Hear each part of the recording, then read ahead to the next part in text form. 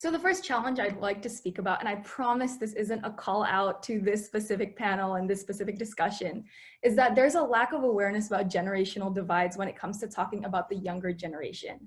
So what I mean by this is that something we have to figure out and have to understand is that the age group younger generation, or the age group youth, includes two different generations. The first is the millennials and the second is Generation Z, which I am a part of. For those who don't know, the information is on here that youths are 15 to 24, 16 to 30, depending on what sources you look at. But what is, I would say, more well-known is that millennials are born from 81 to 96 and Generation Z is 97 to 2012.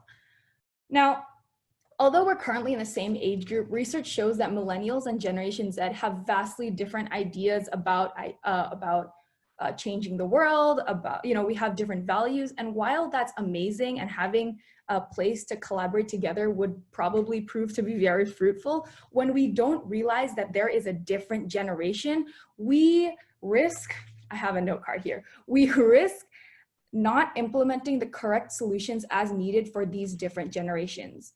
Now, the problem is when we don't focus properly on both, or we don't engage both properly, the solutions that we find, the policies that we recommend aren't going to be as applicable or as effective for either generation, especially considering that we grew up vastly different. For example, although millennials grew up during the digital revolution, Generation Z is very commonly referred to as digital natives, where most of us grew up in the time where smartphones are very common or very well known, or at least someone has access to it if you don't have your own. Now, what's so important about this generational divide is that it perpetuates the second challenge to young leaders, which is a lack of experience. And in parentheses, I put fueled by financial instability because it is something that is not talked about enough. Now, when we talk about lack of experience, sometimes we think lack of initiative, lack not being proactive enough.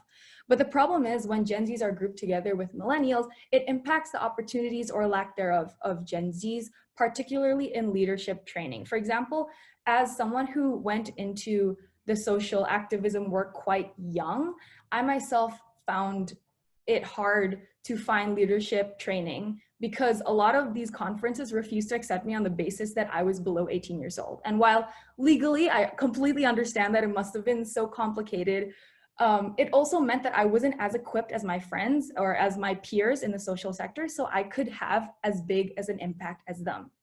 Now, something that is, well, I wouldn't probably say unique to our generation, but has happened before in history is that our youth right now is facing an unemployment crisis, particularly in developing countries, which is strange. Over the past 6, almost 7 years working as a youth activist, a phrase that I've heard multiple times, especially in Indonesia, is the demographic bonus. You see, well, this and last year, Indonesia should have experienced, did experience a demographic bonus in which the people of working age who could productively contribute to society were the majority of citizens in our country. And so the whole idea was that if we have this demographic bonus coming during 2019, 2020, we had to be able to take advantage of it. And then suddenly, the word vanished. And the reason was we weren't properly equipped to get ready for it. See, our parents, in general, this is an overarching statistic, is that they had higher wage inflation, they had rising property values, whereas for us, we had relatively lower incomes, and right now, less social mobility.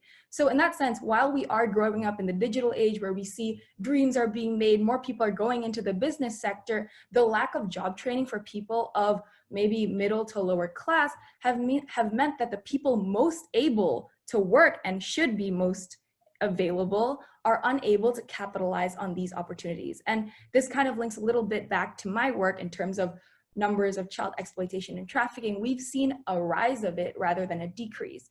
Because first of all, lack of job opportunities, and second of all, because of the internet, it seems like an easier way out for children to just find jobs find platforms where they are as well as exploited online.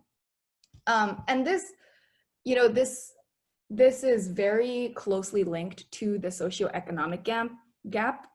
that youth leadership can only stem from youth economic empowerment. And I'm so sorry, I completely forgot to take out that PowerPoint, that parentheses about Mr. Maslow, but as many of you may know, basics on Maslow's hierarchy of needs, it may have its criticisms and valid criticisms at that. The problem is a lot of times when youth leadership is focused, we only focus on youths from relatively more well-off, well-resourced, well-funded backgrounds, whereas children who are not as, again, well-resourced, they are faced with only being beneficiaries. And while that's great, while it's great to have them come in and learn, when we don't raise them to understand leadership qualities, when we don't give them leadership training or give them proper skills to become active members of the society, we're as much as perpetuating the same population that we have now to the next generation. So while youths are, well, Gen Z and even younger millennials are entering the workforce at a time of the digital revolution, we're also coming into the workforce during unprecedented economic and financial instability, especially because of the coronavirus disease. So because of that, it's very important that not only do we make a distinction between Gen Z and millennial, although it doesn't mean that we should exclude, that we should separate both. It just means that we should just, be able to figure out which is which. We also have to make a distinction between rural and urban youth empowerment, because we have to be able to tailor to their individual needs. For example, in Indonesia, while mobilizing youth should be much easier due to the internet, the infrastructure throughout our country, which is the largest archipelago in the world, isn't equal.